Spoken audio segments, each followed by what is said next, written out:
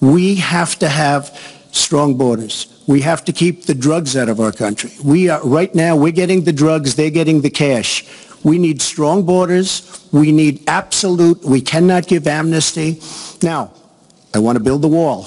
We need the wall. The Border Patrol, ICE, they all want the wall. We stop the drugs. We shore up the border. One of my first acts will be to get all of the drug lords, all of the bad ones. We have some bad people in this country that have to go out. We're going to get them out. We're going to secure the border. And once the border is secured, at a later date, we'll make a determination as to the rest. But we have some bad hombres here, and we're going to get them out. Mr. Trump, welcome the Democratic nominee for president, Secretary Clinton, and the Republican nominee for president, Mr. Trump.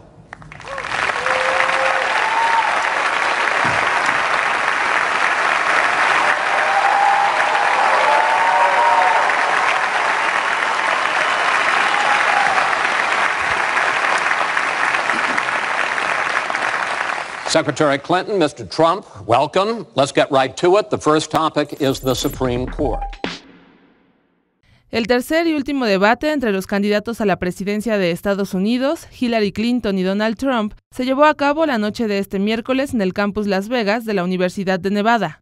Los contendientes protagonizaron un encendido intercambio de acusaciones en diversos tópicos, entre los que destacan la relación con Rusia, el aspecto económico, la situación de los refugiados en el mundo, así como la construcción del muro en la frontera con México y la deportación de inmigrantes indocumentados. En el tema migratorio, Trump acusó a Clinton de buscar una amnistía migratoria para 11 millones de inmigrantes y de haber apoyado la construcción de un muro fronterizo en 2006. El empresario explicó que una de sus primeras acciones, si llega a la Casa Blanca, será echar del país a los narcotraficantes. En respuesta, la ex primera dama defendió su política de buscar una reforma migratoria, ridiculizó la propuesta de Trump de construir un muro en la frontera con México y reiteró que presentará una propuesta migratoria en los primeros 100 días de su gobierno. En reacción, Trump dijo que tuvo una buena reunión con el presidente mexicano. Trump insistió en que de llegar a la presidencia, buscará renegociar el Tratado de Libre Comercio de América del Norte y lo abandonará en caso de no lograrlo. Asimismo, el candidato presidencial republicano rechazó comprometerse a aceptar su eventual derrota, si en las elecciones del 8 de noviembre ganara su rival demócrata. Clinton calificó de horrenda la posición de Trump de cuestionar la integridad del proceso electoral. Ambos candidatos cerraron su participación invitando a la ciudadanía a formar parte del proceso democrático.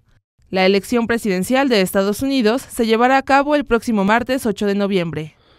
Welcome everybody to Bullets and BJJ. My name is Len, and I wanted to do some commentary on the debate last night. If you're paying attention, Hillary and Trump had their first presidential debate last night, which I believe was Monday the 26th, if I have my dates correct there. And one of the most televised debates of all time because of social media. I believe it already has over 6 million views on YouTube alone. I don't know how many account for live viewing. I know Twitter was running streaming and things like that. So a lot of people watching, a lot of eyes on this election. And I got to tell you, as a gun owner, as a Christian, this is a debate that I'm very interested in. This is an election that I'm very interested in. And it's also, this is a presidential election that I'm not sure my conscience is even going to allow me to participate in, but that may be a video for another day. You can feel free to comment about that below if you like. But some things a lot was covered in the debate. It was, it lived up, I believe, to all the hype. But there were some things that were said during the debate that I think are really important, and that what I would like to do is share my screen and go through with you. And they are directly concerning gun control. Now I'm going to go to my screen share here, and I'm going to give you the infinity screen. Apologies for that.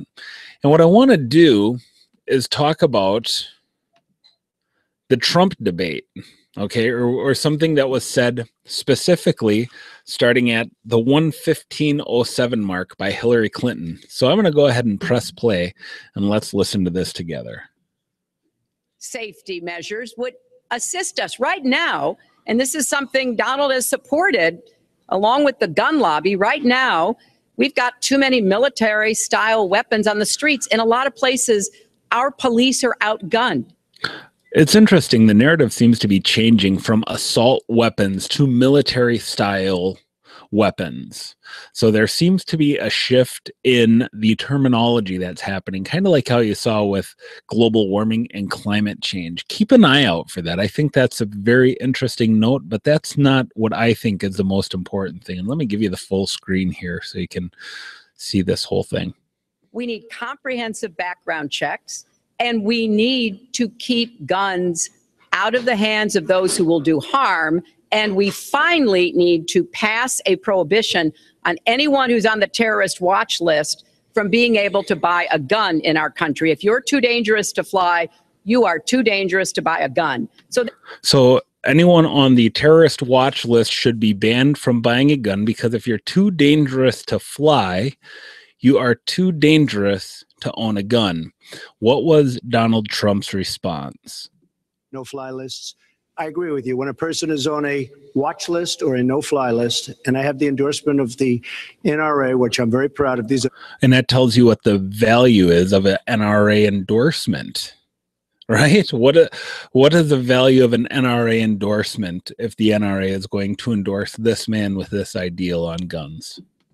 Very, very good people, and they're protecting the Second Amendment. But I think we have to look very strongly at no-fly lists and watch lists. And when people are on there, even if they shouldn't be on there, we'll help them. We'll help them legally. We'll help them get off.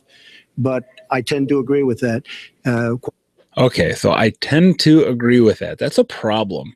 And I want to lay out why I think that's a huge problem here. So let me just kind of reduce some screens here.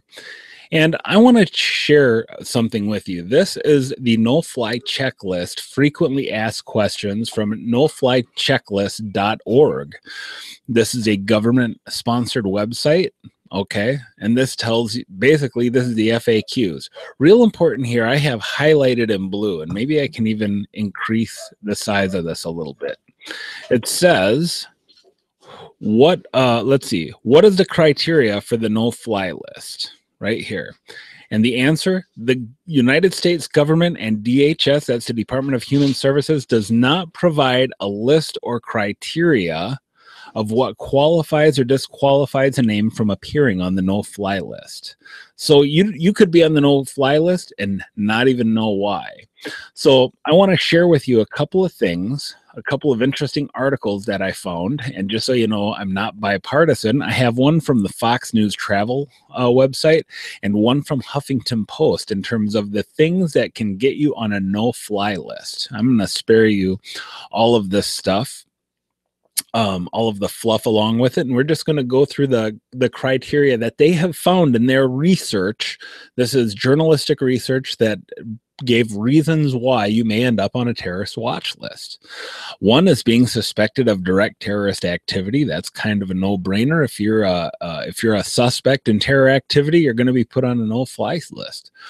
2, travel to certain countries. Just going to certain countries in the Middle East and certain parts of Europe and Asia will get you put on the no-fly list. That's trouble, depending on the line of work you're in. What if you do security? What if you work for a private security firm or an oil company or something like that? That could get you put on a no-fly list. And that could therefore, if Clinton and Trump get their way, and look, one of them is going to win the election, this is something that could go into law. Could, I say. 3, something you said in the past. Numerous complaints from nonviolent political activists who say that they ended up on a no-fly list for something that they said, and most of which was done on social media. So look, thought policing is a real thing. It's happening out there. 4, having a similar name to someone on the no-fly list. I looked up my last name. I found someone else with my last name on the no-fly list. And you can, if you just Google who is on the no-fly list, there is about a 3,000-page list on there. Okay. So number 5, not becoming an informant. According to a federal lawsuit heard by New York this summer, 4 Muslims say they were put on a no-fly list because they refused to spy for the FBI. The men's names were removed from the list, but they had to sue to get that done, and it looks like they sued the FBI agents for damages. A clerical error. Law enforcement issues. You don't even have to be suspected of terrorism to get on a no-fly list. In some cases, people have either open warrants or some other characteristics indicating criminal activity and then find themselves on the list. Number 8, controversial tweets. Isn't this interesting? Again, more thought policing. The government guidelines published by the intercepted barred agencies from blacklisting people based on information that is unreliable or not credible. But it does point out that social media posts should not automatically be discounted, their quote right there, when deciding whether or not someone belongs on the no-fly list. Isn't that interesting? Here's from the Huffington Post, and I'm going to go through their list of 7 things, but I want to point out something here. In 2013 alone, 468,749 people were nominated for the watch list. That was it says was submitted to the National Counterterrorism Center, and it only rejected 1% of the recommendations. Who's doing the nominating here? Isn't that a good question? So I think here we're going to see some similarities between Fox News, and that's what I would just want to be balanced here, right? So again, number 1, if there's a reasonable suspicion you're involved in terrorism. Number 2, something you say on social media that raises reasonable suspicion. And again, it doesn't mean that you're talking about building bombs in your basement to put in your car and to drive to a federal building. I mean, what the sentence I just said there could get me put on a no-fly list, right? This is dangerous stuff, guys. Somebody else could think you're a potential terrorist threat, right? The guideline also considers the use of walk-in or write-in information about potential candidates for the watch list. Nominators are encouraged not to dismiss such tips after evaluating the credibility of the source, could opt to nominate you to the watch list. 4, you could be a little terrorist-ish, at least according to somebody. Right? Number 5, you could just know somebody who's a little bit terroristy. I like their kind of terminology there. Number 6, if you're in a category of people determined to be a threat, your threat status could be upgraded at the snap of a finger. Number 7, you could just be unlucky. What are we talking about here? Clerical errors. Right here it talks about a 4-year-old boy barred from boarding a plane to visit his grandmother. More than 1.5 million people were added to the list in the 5 years. And of course, mistakes are always inevitable, as it says here. So look, this is the issue. This is the issue that's at hand. Is this a correct means or method of gun control?